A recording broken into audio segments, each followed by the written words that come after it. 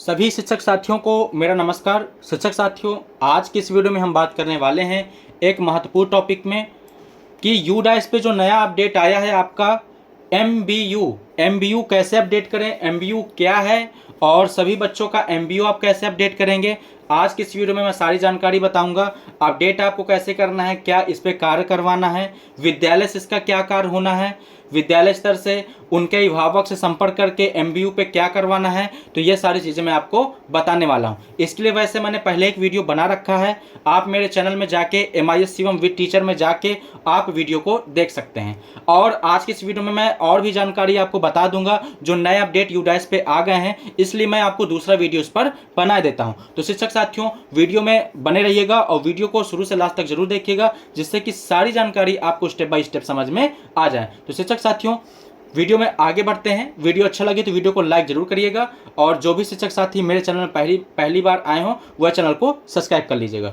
तो देखिए, आपको पहले क्या करना है, आपको यूडाइस खोल लेना है, आपको HDMS udais+.gov.in डालना है और यहाँ पे डालने के पश्चात आप अपना स्टेट सेलेक्ट कर लेंगे। यहाँ पे गो में क्लिक करना है और यहाँ पे अपना यूडाइस कोड पासवर्ड डाल के आपको ओपन कर लेना है। तो चलिए हम जब तक ओपन करते हैं और बात भी करते जा रहे हैं। तो शिक्षक साथियों, एमबीयू देखिए क्या है, मैं आपको बता दूं। एमबीयू है बच्चे का, हमें जो है बायोमेट्रिक अपडेट कराना है, उसे हम एमबीयू बोलते हैं। इसका फुल फॉर्म आपको दिखा दूं मैं। देखिए यहाँ पे मैंडेटरी बायोमेट्रिक अपडेट, इसको शॉर्टकट में बोलते हैं एमबीयू। तो देखिए, बायोमेट्रिक अपडेट कराना है। अब बायोमेट्रिक कैसे अपडेट कराना है, ये नई चीज़ें जोड़ी गई हैं यूडाइस में।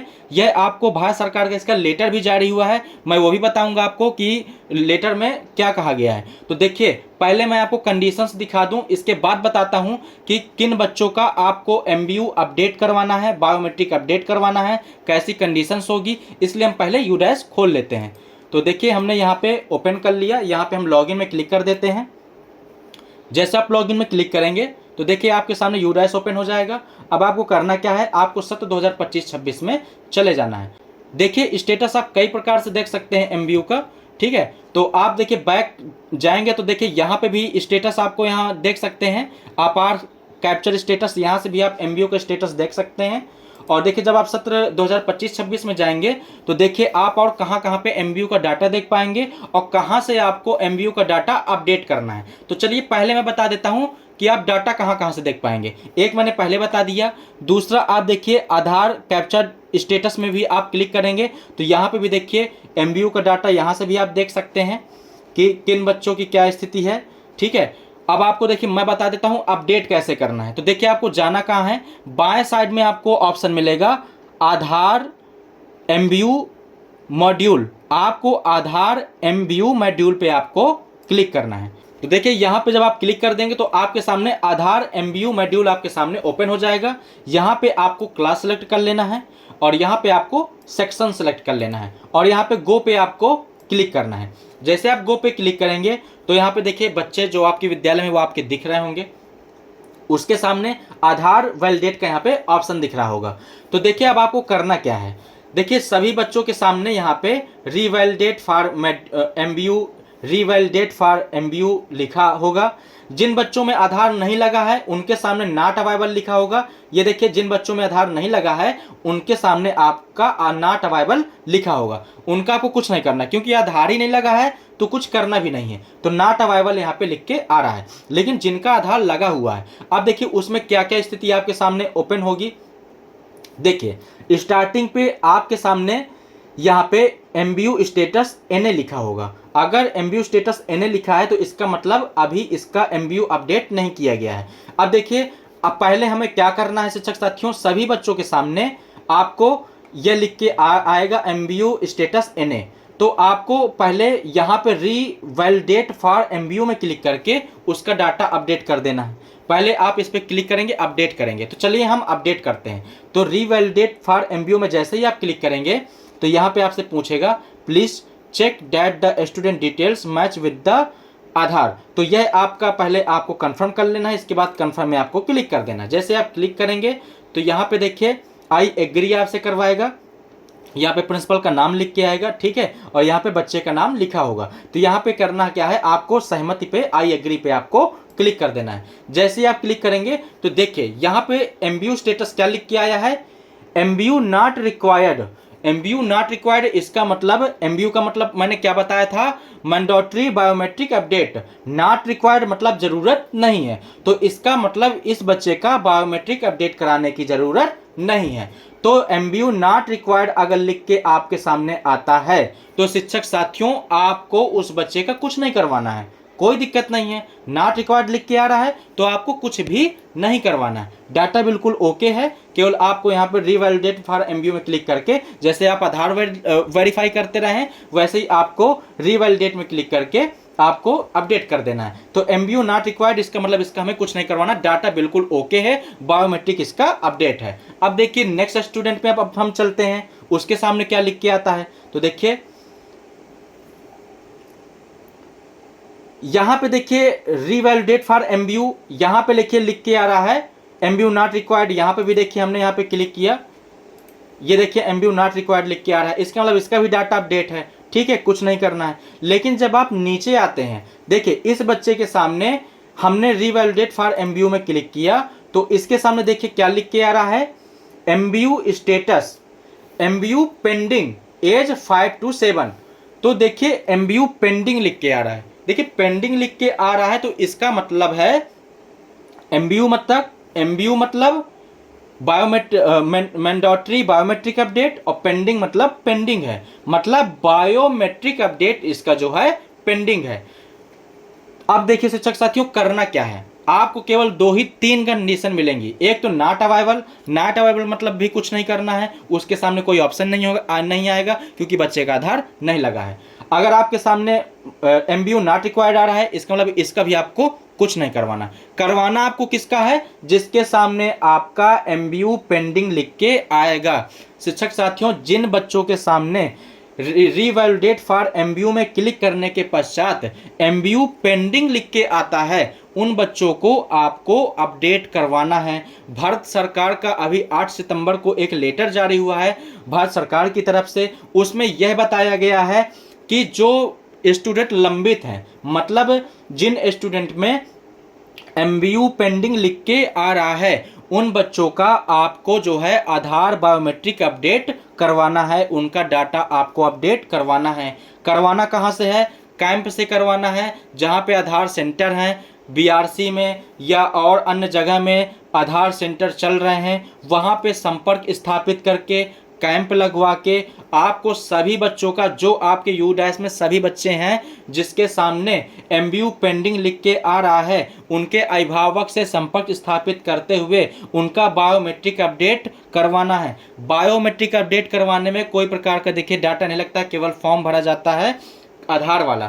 तो बायोमेट्रिक अपडेट आपको करवाना है। इस बच्चे का बायोमेट्रिक अपडेट नहीं है, अगर किसी बच्चे का बायोमेट्रिक अपडेट नहीं रहेगा तो उसे किसी भी प्रकार का सरकारी लाभ प्राप्त नहीं हो पाएंगे, उसे डीबीटी का भी पैसा प्राप्त नहीं हो पाएगा। तो शिक्षक साथियों आपको करना क्या है, अभिभावक से आपको ये सारी चीज़ें बताना है, उन्हें सारी चीज़ें समझाना है, और उन सभी बच्चों को आपको कैंप में ले जाके या कैंप में भिजवा के अभिभावक से संपर्क स्थापित करके सभी बच्चों का जिसके सामने एमबीयू पेंडिंग लिख के आ रहा है, आपको पेंडिंग करवाना है। भारत सरकार के जो लेटर जारी हुआ है उस लेटर में यही चीज़ बताया गया है। जब आप अपडेट करवाएं तो आप यह सारी चीज़ें जरूर चेक करवा दें भेजने से पहले, कि जो डाटा में कहीं ऐसा ना हो कि वो कोई दूसरी चीज़ करेक्शन करवाएं, डेट ऑफ बर्थ ही अलग करवा दें, नाम ही गलत वहाँ चेंज करवा लें। तो आपको विद्यालय के डाटा के अनुसार ही उसमें वह करेक्शन करवाएं, डाटा बिल्कुल सेम होना चाहिए।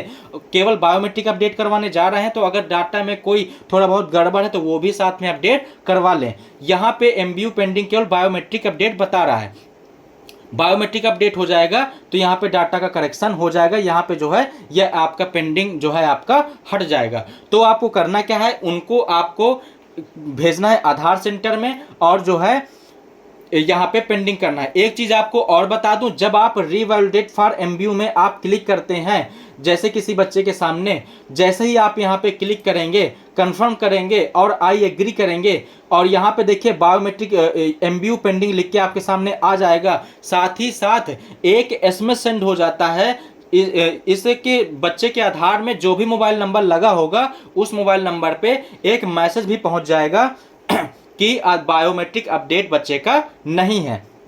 तो ये भी चीज़ पहुंच जाएगा। लेकिन वह काफ़ी लोग क्या होता है, अभिभावक नहीं देखते हैं मैसेज, ध्यान नहीं देते हैं। तो आपका विद्यालय स्तर से क्या काम है, विद्यालय स्तर से आपको 2 काम करने हैं। पहला तो आपको यहाँ पे देखिए क्लास सेलेक्ट करके, यहाँ पे बने जैसे क्लास एक सेलेक्ट किया, इसी प्रकार से आपको सभी क्लासें सेलेक्ट करके गो में क्लिक करके आपको सभी बच्चे के सामने रीवैलिडेट फॉर एमबीयू में आपको क्लिक करके सभी बच्चे को आपको अपडेट करना है। अपडेट करने से आपको पता चल जाएगा किसके सामने एमबीयू पेंडिंग लिख के आ रहा है और किसके सामने एमबीयू नॉट रिक्वायर्ड लिख के आ रहा है, किसका करवाना है। और जिसके सामने पेंडिंग लिख के आ रहा है उन्हीं सभी बच्चों को आप चिन्हित कर लेना है। दूसरा काम आपको क्या करना है, आपको अभिभावक से संपर्क स्थापित करके बच्चों को आधार सेंटर पहुंचाना है, या कैंप लगवा के आपको बच्चों को जो है आधार सेंटर में जाके इसका बायोमेट्रिक अपडेट करवाना है। यह 2 काम आपको करने हैं। पहला आपको यहाँ पे खोल के अपडेट कर देना है और चिन्हित करके बच्चों संपर्क स्थापित करके आपको आधार सेंटर से इनका बायोमेट्रिक अपडेट करवाना है। एमबीयू में आपकी यह 2 कार्य होने हैं। जो कार्य होने हैं वह चीज़ मैंने आपको बता दिया। बस इतनी ही चीज़ें हैं इसमें, और इसमें कुछ नहीं करना है। तो ये देखिए जिन बच्चों के सामने एमबीयू पेंडिंग लिख के आ रहा है सब में आपको ऐसे ही क्लिक करके आपको करना है, क्लास सेलेक्ट करके। ये देखिए आपको यहाँ से क्लास सेलेक्ट करते जाना है, गो में क्लिक करना है, और यहाँ पे देखिए नॉट स्टार्टेड है तो देखिए अभी यहाँ पे वैलिडेट करने के लिए बोल रहा है। आप देखिए यहाँ पे क्लिक करेंगे, कंफर्म करेंगे तो देखिए यहाँ पे आधार वैलिडेशन फेल बता दिया। अभी आधार वैलिडेशन ही नहीं इसका हुआ, जिसका आधार वैलिडेशन फेल होगा तो अभी क्योंकि आधार स्टार्ट नहीं हुआ, जब इसकी जीपीपी भर जाएगी इसके बाद आप वैलिडेट अगेन में जब आप क्लिक करेंगे, आधार जब वेरीफाई हो जाएगा तब आपकी ऐसी स्थिति बताएगा। अगर आधार के अनुसार डाटा ही नहीं पड़ा हुआ है तो वैलिडेट यहाँ पे वैलिडेशन फेल बताएगा। तो इसलिए पहले आधार के अनुसार आपको डाटा भरना है जीपीपी में।